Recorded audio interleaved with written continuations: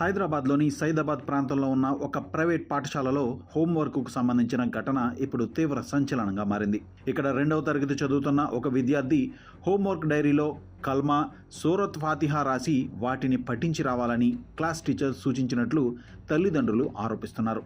ఇంట్లో డైరీ చూసి షాక్ అయిన తల్లిదండ్రులు వెంటనే స్కూల్కు వెళ్లి యాజమాన్యాన్ని నిలదీశారు.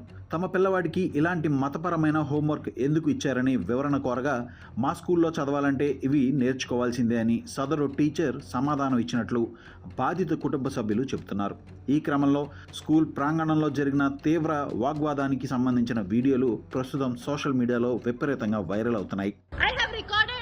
What you are telling right now, it is mandatory and it is, wait, let me talk, and it is mandatory on every children's book. Then you should also write that Bhagavad Gita is mandatory. Wait, excuse me, pehle bhi likha tha, strike off kya hai previous paper mein. I am not going to leave this name. Muttam kya kissa, it is not mandatory for, it is not mandatory for us. Get every diary, each and every diary.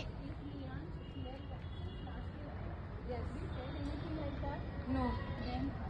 Actually teacher రాయడమే తప్పు. రాయొద్దు. ఎందుకు రాస్తారు? ఎందుకు రాస్తారు? By mistake ఎట్లా రాస్తారు? బుర్ర ఉండి కావాలని బై మిస్టేక్ ఎట్లా రాస్తారు?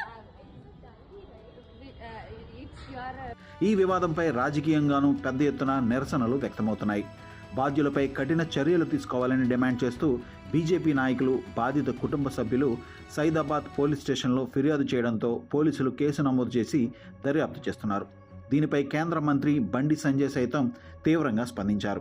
హిందూ విద్యార్థికి కల్మా, సూరత్ ఫాతిహా హోంవర్క్ ఇవ్వడం తీవ్ర అభ్యంతరకరమని మండిపడ్డారు. ఈ ఘటనపై పూర్తిస్థాయి విచారణ జరిపి స్కూల్ యాజమాన్యంపై కఠిన చర్యలు తీసుకోవాలని ప్రభుత్వాన్ని డిమాండ్ చేశారు. అయితే ఈ ఆరోపణలపై స్కూల్ యాజమాన్యం నుంచి ఇంకా ఎలాంటి అధికారిక ప్రకటన రాలేదు. పోలీసుల పూర్తి విచారణ అనంతరం మరిన్ని వివరాలు తెలిసే అవకాశం ఉంది. నా పేరు సుప్రియా గౌడ్. మా నెఫ్యూ అంటే మా అక్క వాళ్ళ బాబు స్కూల్ నుంచి నేను పికప్ చేసుకోవడానికి వెళ్ళినుండే అనమాట. స్కూల్కి వచ్చిండో, ఇంట్లో కూర్చుండో, డైరీ చూపించిండు హోంవర్క్ చేయాలని చెప్పేసి. డైరీ చూపిస్తే ఇక్కడ ఏదో రాస్తుందని చూపిస్తే చూస్తే రీడ్ 1,2 కల్మా, ఇంకా రీడ్ ఫతే అని చెప్పేసి కొన్ని ఉన్నాయన్నమాట డైరీలో. నాకు అర్థమైతలే అసలు ఒక అబ్బాయికి 6 years బాబు, 2nd class బాబుకి ఈ ప్రాక్టీసెస్ అంది ఎందుకు చేపిస్తున్నారు మీరు?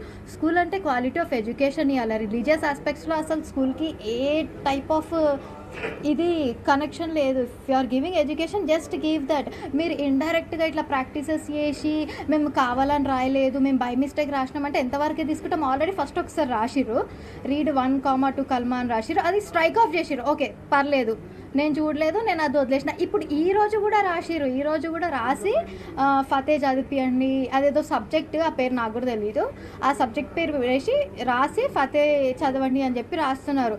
అసలు వాడి ఏజ్ ఏంది, వాడి రిలీజన్ ఏంది అంటే అదొక టైప్ ఆఫ్ బ్రెయిన్ వాష్ లాగానే ఫీల్ అయినా. నేను అడిగితే ఆ స్కూల్ ప్రిన్సిపల్ ఏమని చెప్తుంది, ఇది ఒక రిలీజియస్ ప్రాక్టీస్, ఇది అందరు స్టూడెంట్స్కి మ్యాండేటరీ అని చెప్తున్నారు. అట్లా mandatory? You are literally forcing things to write. అసలు యాక్చువల్లీ ఇక్కడ చూడండి, ఇక్కడ రాసింది రీడ్ ఇగో డేట్, ఈరోజుదే డేట్, ఇది ఈరోజుదే ఇక్కడ రాసింది.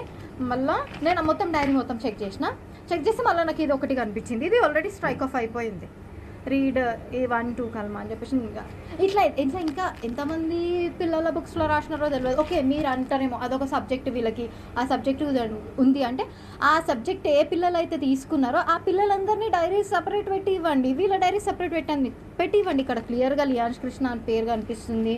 ఎట్లా రాస్తారు? మళ్ళీ వెళ్ళి ఫస్ట్ అడిగితేనేమో religious practice and it is necessary for all the students అన్నది. సెకండ్ టైం అది ఎవరైతే రాసిర్రో ఆమెనే వచ్చి నేను బై మిస్టేక్ రాసిన అంటారు. అంటే మీరు గడికి పేరు ఇట్లా చేంజ్ చేయడం అసలు కరెక్ట్? అది వాంటెడ్గానే రాసినట్టు నేను పర్సనల్గా ఫీల్ అవుతున్నాను.